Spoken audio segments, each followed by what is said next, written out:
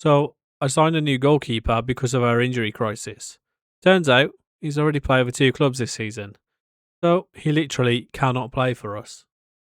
Welcome back to the Sir Alex Ferguson Aberdeen Challenge here on Super Sammy Plays. After completely rebuilding the squad in January, this episode was all about getting those players settled in quickly, with some massive games coming up against Celtic in both the league and the Champions League. But before all of that, we've already run into a pretty big problem, so let's get into it.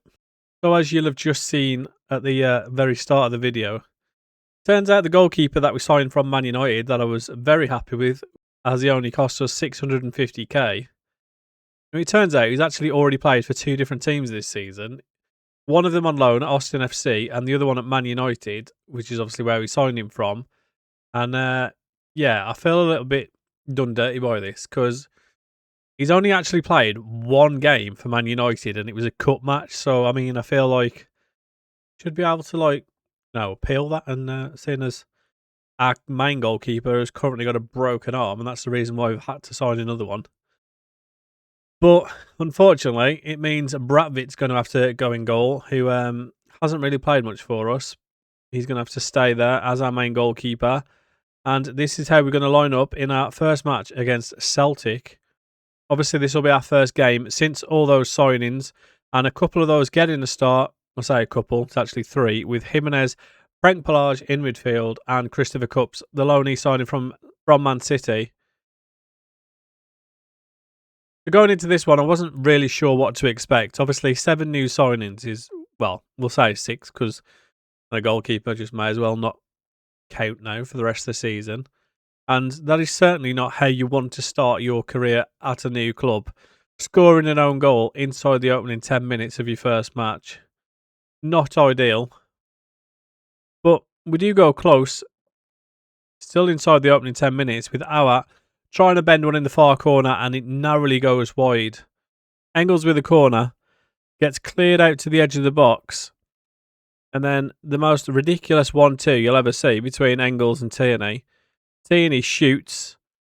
And I think that's Jimenez again. I mean, I'm not sure if it actually went through his legs this time. But Kratenmacher with the goal to make it 2-0. We're trying to get one back just before half-time.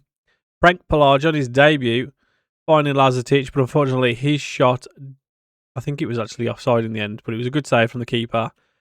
And then right on the stroke of half-time, Celtic make it 3-0 with Lorenzo Colombo scoring again, and that is how we go into the half. So not a great opening 45 minutes with our new players, but I mean it could take a little bit of time. But when you're missing chances like that, like Keskinen just has, after how good he's been, yeah, I mean, you're always likely to lose, aren't you? As we get away with one in the 58th minute, Araujo causing chaos with a cross and Tierney shooting from range. Thankfully, straight down the goalkeeper's throat, though, and that is how the game finished, with us losing 3-0. We had a chance to quickly get back to winning ways, though, as straight up after that, we had Hibs in the Scottish Cup. And a little bit of a rotated side this time. Douglas getting a starting goal. Who else we got? Litherland and Pujic at the back. Marshall in midfield. Renato Sanchez getting a start this time. And Leon Bailey, Mitchell Frame and Lazetic rounding out the rest of the team. Pretty quiet first half though. Just that one chance. And the shot on the volley going over the bar. Before another one in the 78th minute. Free kick getting cleared to the edge of the box and the long-range effort just going very, very close just over the bar. It did end up going 2 extra time in this one with the 90 minutes finishing 0-0. I mean, it was a game of very few chances in the actual 90 minutes and no matter what subs are made, it didn't seem to make much of an impact. As you can see, we've brought on Ralston, Keskinen, Frank Pelage, Cavallio, Belalovic and Leonardo using all 6 substitutions. We finally do make the breakthrough, though, in the 111th minute. Keskinen down the left, getting it back from Belalovic. Nice little 1-2. Takes over and fills it into the bottom corner to put us 1-0 up. Yeah, that was a Thanos final date myself moment, wasn't it, I think? And then in the 113th, Like London buses, you score one goal, another one comes straight after it. Marcos Leonardo. I'm not sure if that was actually his first goal for us, but it was a really nice finish. And then in the 121st, our other new signing, Pujic, getting the second yellow card and getting sent off to make us finish the game with 10 men, but it was far too late for Hibs to actually do anything about it, and we go on to win the game 2-0 and advance to the next round. So this bit was, I mean, I knew it was always going to be a little bit of an issue, but the players I ended up having to leave out of this squad registration nonsense was, it was just stupid. And I kind of just had to go with the formation that we've been using. Where did I need the actual players? And I ended up going with Vitek in goal, which turned out to be completely stupid from me because he obviously wasn't allowed to play. I don't know why I was thinking, oh, maybe he might be just ineligible in the league, but he might be allowed to play in the Champions League. Now, it turns out he couldn't play in the Champions League, and I completely wasted a registration slot. I did need 2 goalkeepers, however, and the other one is an under-21, but I could have took Bratvit. So I think we ended up using Douglas, who's like a 19-year-old goalkeeper, for the rest of the Champions League, which is not ideal. We do end up taking Pujic as he's our own player rather than Cups, who's on loan. I thought I'd rather give more match time to a player that we've actually owned rather than one on loan. And the other one we took is obviously Renato Sanchez. Hasn't managed to play, seeing as he missed the deadline when we signed him at the start of the season. So he got registered, and obviously there's a whole host of names, unfortunately, didn't make the squad, including Leonardo, Bailey, Cups, Jimenez, and Prankpelage. So, but on to more positive notes, Carvalho is still making more positive developments.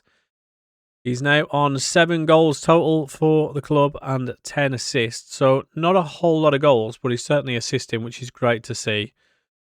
I'm not entirely sure how this one happened, but I somehow don't have any footage of the first leg against Celtic in the Champions League or the game after against Dundee. I have no idea why, but it is what it is. We did lose 4-2 to Celtic in that first leg in the Champions League, and we went on to beat Dundee in the league 3-1. So one bad result, one good one. Goals from Keskinen and Cullen for us, but Cratton match out with 4 goals for Bailey and Balalovic getting the goals in the game against Dundee. So, yeah, I'm not entirely sure what happened there, but I'll give myself a slap on the wrist and must do better next time. Hopefully next season we actually manage to capture every game, because this one's been a little bit of a pain. But like I said, picking the team for the Champions League turned out to be a pain in the butt. You saw all those players that were ineligible because of obviously the registration rules and whatnot. So we do end up having to completely change the team for this second leg. And this one starts off much better as we get a penalty inside the opening half an hour.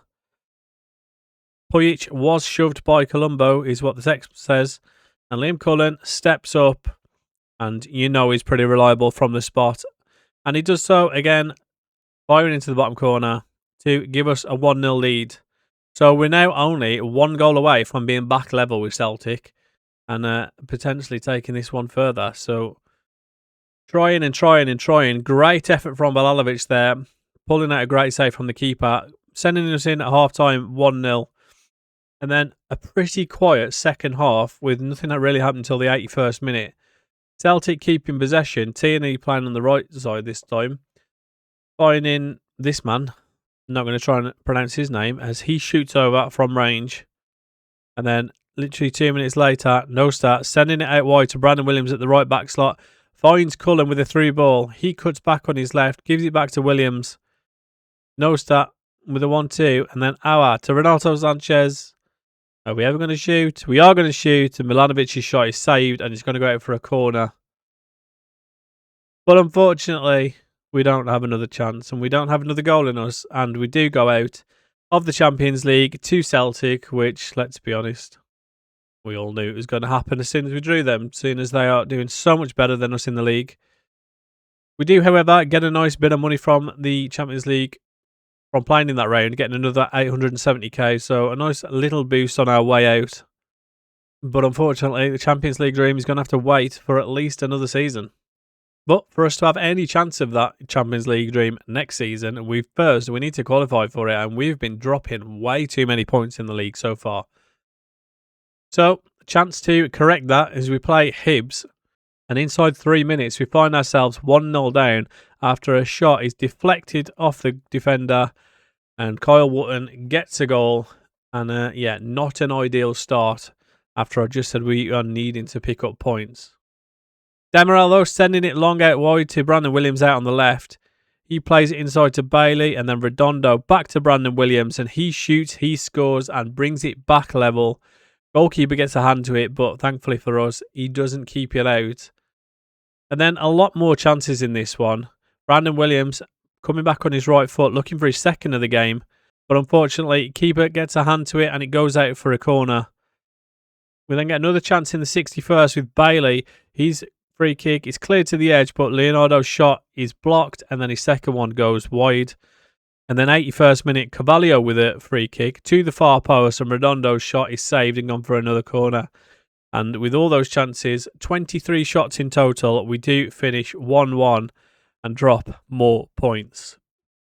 So that was where I decided that the tactics just weren't working. We'd done okay, especially to start with, since going to the three centre backs and the wing backs. But I've decided to go back to a 4-back, try and give a bit more reinforcements to the attack. Obviously, we've signed Leonardo, and Cullen and Lazatic have both been doing okay this season. So we've now got the option for 2 strikers where we didn't really have a third striker before. So let's see if we can actually score some more goals with this. And hopefully we can start actually winning some games consistently. Our first test of the formation is going to be at home in the league to Kilmarnock. And straight from the kickoff, looking for a goal. You can see literally in the first 15 seconds, Brandon Williams out on the left, crossing it to the far post, gets keeper, intercepts it, and then Jimenez gives it back to Carvalho, plays a little 1-2, and the shot goes just wide of the post. Probably would have expected him to score that, to be honest, but showing the intent straight from the kickoff is good to see.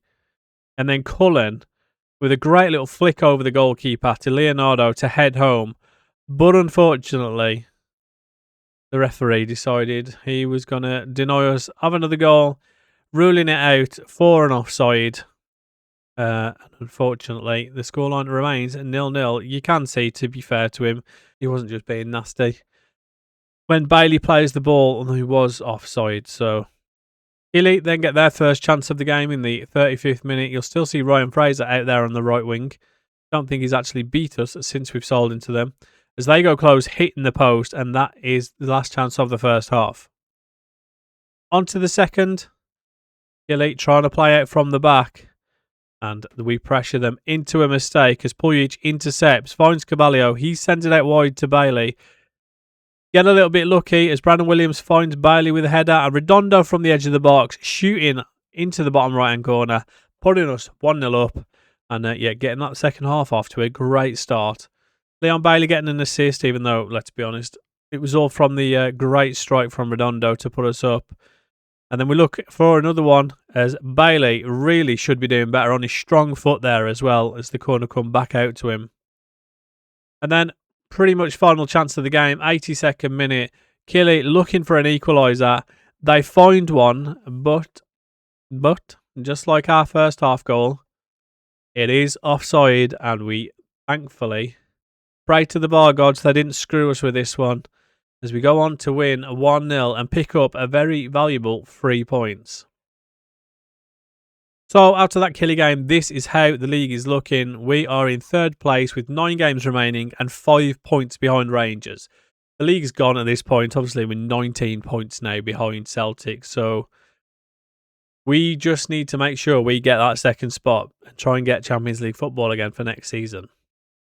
Side note, just before we end, the youth facilities have been upgraded, so hopefully going forward we do see more consistent, better youngsters coming through. As I think the youth intake this season was actually like an E or something. So hopefully we see an improvement ready for next season. So our Champions League run has come to an end, and it was kind of expected. Celtic have been much stronger than us this season and much more consistent, which the league table proves. But We've still got 9 league games left and we have to beat Rangers to second place to guarantee Champions League football again for next season. So we're going to need the new signings to settle quickly and these new tactics to start working if we want any chance of that actually happening. But that's going to do it for today's episode of the Sir Alex Ferguson Aberdeen Challenge. If you like the video, do me a favour, hit that like button, subscribe if you haven't already, and I will catch you guys in the next one.